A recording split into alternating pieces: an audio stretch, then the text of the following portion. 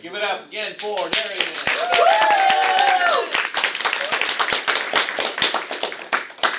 Okay, starting over. I decided to do mine on integrating real footage into 3D rendering. Kind of did that bit already. I say you're making a movie, and you want to put it in space. Space has spaceships, so you need a spaceship. One of the first ways you're going to think of to do this is just build it. And that's great, because you can put a person in space, and it's real. So, I mean, kind of not any more realistic than you can get from that. But it costs money, and resources, and stuff that I don't have. And so I wanted to learn kind of ways to do stuff without that.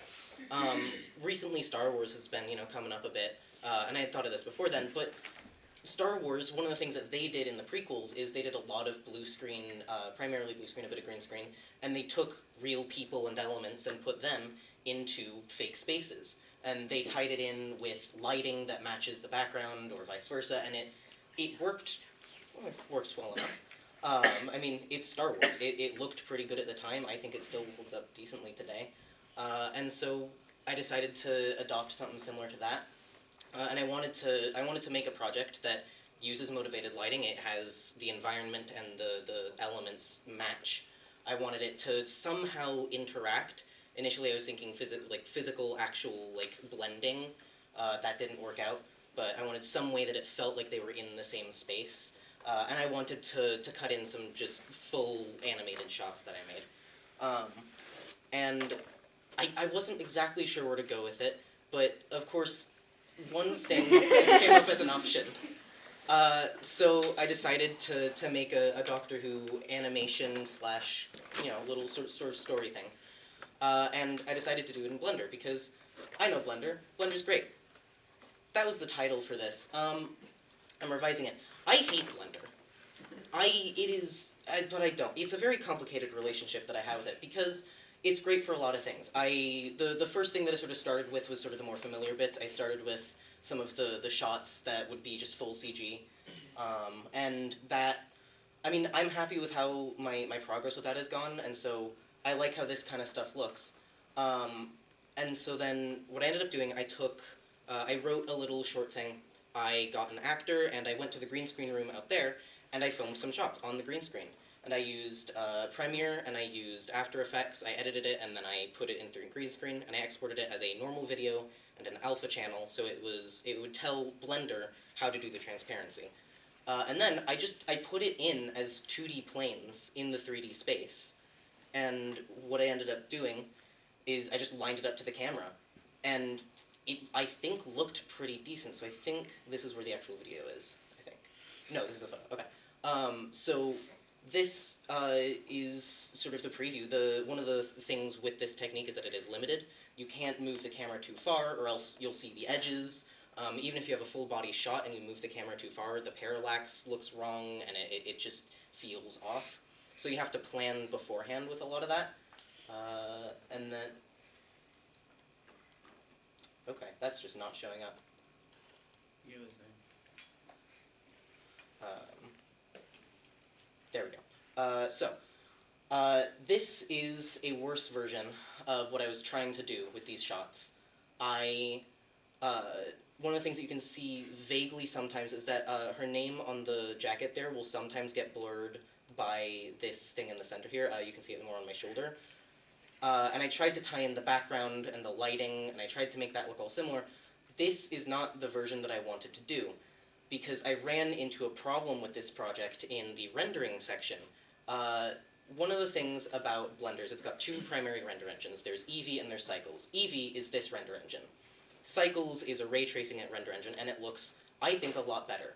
The lighting broke in Eevee, and one of the great things about Cycles that I love, and this is the thing that I really wanted to get into it, that I think made it tie in so much better, was also that not only does the name bend a little bit, not only does it blur, but it also bends.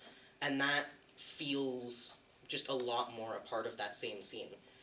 And same goes for here. You can see my face get refracted into there, and I specifically did lighting stuff to make it feel less perfect, and that's one of my favorite things about CG is it's perfect and you have to make it imperfect to make it sort of real. And that was all great. Let's see, that computer back there has been rendering it since Friday, and it's still not done. It takes a while. And so what it came out to is, like, planning is important for this, and it takes time to build, and it takes time to actually render and put out. And I learned a lot from all aspects of this. There were definitely things that I didn't take into account when I was filming the footage itself that I realized would have been really helpful in the 3D section. Things like, just shooting the camera from a little further away so I got more wiggle room of where to place it in 3D space. But I still have the project. I still want to actually finish off what I can. But it takes a while. And yeah, Blender's great. It's very versatile, it's awesome, and I hate it, and I love it with all my heart. That's the extent of it.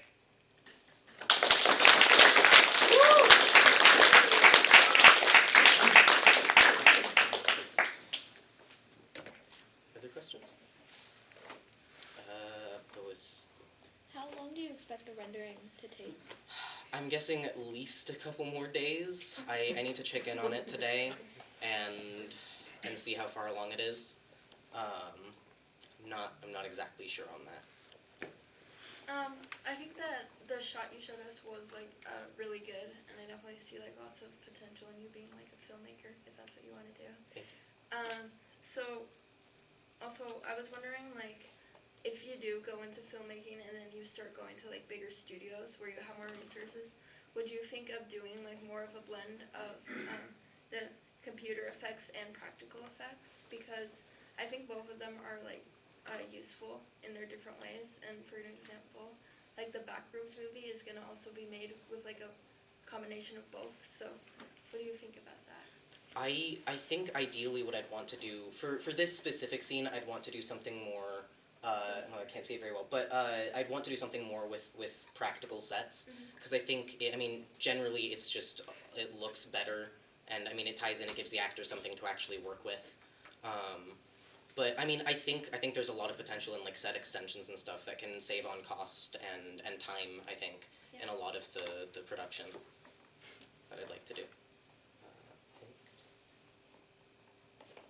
Oh yeah, I wanted to ask, what are like some other common methods for putting videos into like a 3D render other than just having it as like a flat plane? There's been some stuff lately with, I think it's 3D Gaussian splatting is what it's called. It's weird, and it kind of takes, it basically just does math, and it has literally like gradient circles, and it puts them in a point cloud, and you get this weird 3D thing. It's kind of like a digital, it's weird, and it's really cool, but it's a 3D way of capturing things that you can then put into stuff, and there's been some really interesting videos on it that I've seen lately. But that is far too much for me to handle for this. Is Blender like the industry standard, or what programs do they usually use to make these kind of projects? Blender is not the industry standard. I use it because it's free and it's what I'm familiar with. I think for this specific kind of stuff, I think they'd mostly use compositing. So I think they'd be using more stuff like After Effects. But I know for 3D modeling, Maya's the industry standard. Nuke is a renderer that's used a lot. What was the other thing?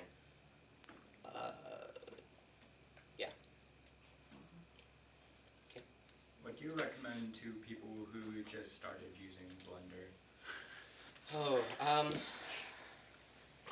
I think stick with it. It's very weird and messy to figure out, and I think one of the things that I like doing is having a project that I just kind of remaking, because when I started out, looking back at some of the early project files that I have, they are a mess from start to finish. And I still think that looking at some of what I've got, I can definitely see where there's probably easier ways to do it. But I think that's one of my favorite things, is coming back to projects I've already done and going over them with what I've learned. I didn't show it very much, but the stuff that was full CG, I'm very happy with how my progress has come along with that. Some of the earlier stuff I've done looks far worse than it. So I'm glad for that.